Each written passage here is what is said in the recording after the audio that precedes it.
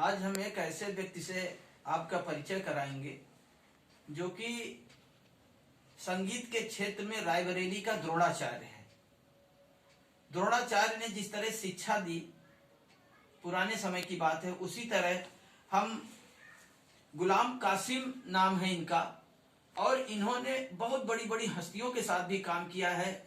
अगर देखा जाए कला के क्षेत्र में, संगीत के क्षेत्र में उन्होंने बहुत काम किया है और आज रायबरेली में वो लोगों को शिक्षित भी कर रहे हैं और लोगों को आगे बढ़ने के लिए प्रेरित भी कर रहे हैं। हम उनसे आज बातचीत करेंगे और जानेंगे कि उन्होंने किसके साथ काम किया और कैसे वो लोगों को आगे बढ़ाने के लिए शिक्षा दे रहे हैं। तो सबसे पहले मैं उनका परिचय जानता हूँ।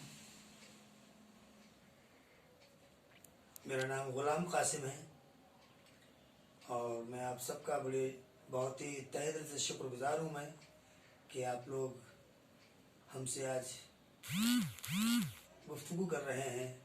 और मैं गज़ल सिंगर हूँ। मेरे उस्ताद गुलाम अली साहब, जिनसे मैंने गज़ल गायकी का अंदाज़ और गाने का ढंग, तौर तरीके सब हासिल किए हैं। मेरे उस्ताद, मेरे वालिद, मेरे पिताजी शहाब खां, उस्ताद शहाब खां सारंगी वादक, आकाशवाणी ग्वालियर में टॉप ग्रेड कलाकार रहे हैं वो। और मेरे उस्ताद मामू रशीद खां, जो कलकत्ते में आईटीसी में विजिटिंग प्रोफेसर रहे हैं। और मेरे बड़े भाई नसीर खां, उस्ताद सारंगी वादक। हमारे अजमेर शरीफ से हमारे हाजी बब्बन दीवाना साहब, मरहूम हमारे मामू चुम्मन खां साहब, जो सलवन से थे। हमने इन सब लोगों का काफ़ी हमारे ऊपर एहसान है, इनकी दुआएं हैं, जो आज हम आपसे रूबरू हुए हैं। कासिम साहब, क्योंकि आपका पारिवारिक ही बैकग्राउंड ऐसा है कि जिसमें आपके मामू, आपके पिताजी, सभी लोग इतने बड़े कलाकार रहे हैं और आप खुद गुलाम अली साहब के साथ आपने काम किया है। उसके बाद भी आपका क्षेत्र, क्योंकि गुलाम अली का एक बहुत बड़ा नाम है और बहुत बड़े वो गायक रहे हैं, तो आप कभी उस क्षेत्र में बहुत आगे नहीं जा पाए, तो इसके पीछे क्या कारण मानते हैं? मैं आपकी इस बात को सिर्फ 2 लाइनों में मैं अर्ज करूंगा कि कुछ ऐसे फूल हैं जिनको मिला नहीं माहौल। कुछ ऐसे फूल हैं जिनको मिला नहीं माहौल, महक रहे हैं मगर जंगलों में रहते हैं। बहुत बढ़िया बात कही कि महक रहे हैं लेकिन जंगलों में रहते हैं।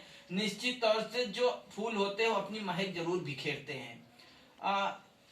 मैं एक चीज और आपसे पूछना चाहूंगा, क्योंकि अभी आपने मुझे दिखाया भी कि आपको सरकार के द्वारा और भी कई प्रकार के प्रमाण पत्र मिले और बहुत ही आपका जो लेवल देखने को मिल रहा है वो बहुत बड़ा लेवल है।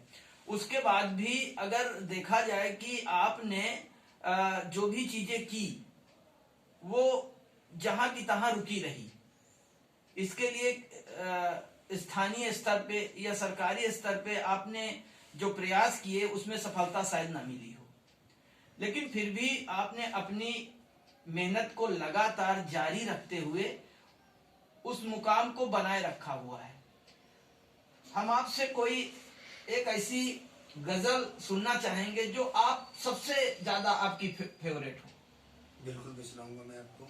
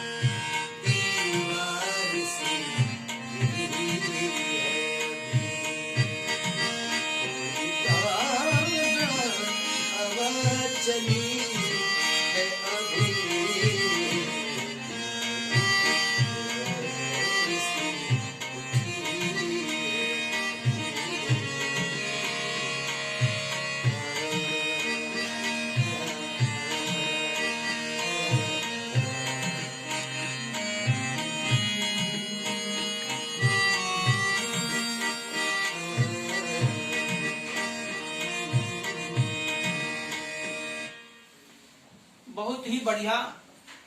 आप देख रहे हैं कि ये जो लेबल है, ये निश्चित तौर से ये लेबल सामान्य स्तर का लेबल नहीं कहा जा सकता। इन्होंने अपनी लाइफ में बहुत कुछ सीखा है और बहुत कुछ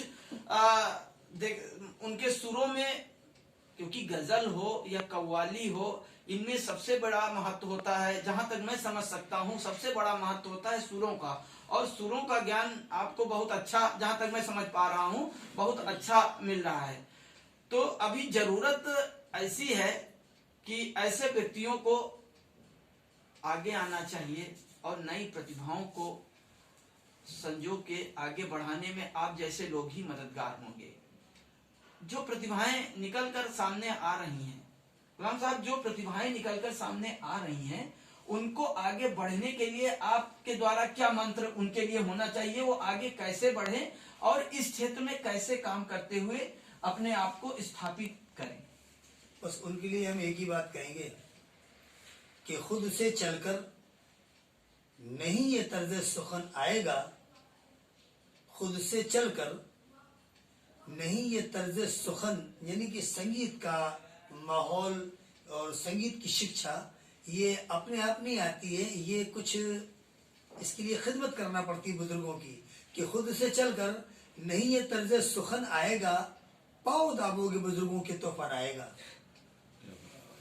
फन मौसीकी, फन शायरी, फन गायकी, कोई भी फन हो, जब तक हम गुरु के, उस्तादों के हाथ पैर उनकी सेवा नहीं करेंगे, उनका साथ नहीं करेंगे, तो हमको कभी जिंदगी में वो फन आ ही नहीं सकता। मैं तो इस चीज को मानता हूँ। बहुत अच्छी बात कही कि उसे गुरु की सेवा करनी चाहिए, लेकिन थोड़ा सा समय भी बदला है कि गुरु की सेवा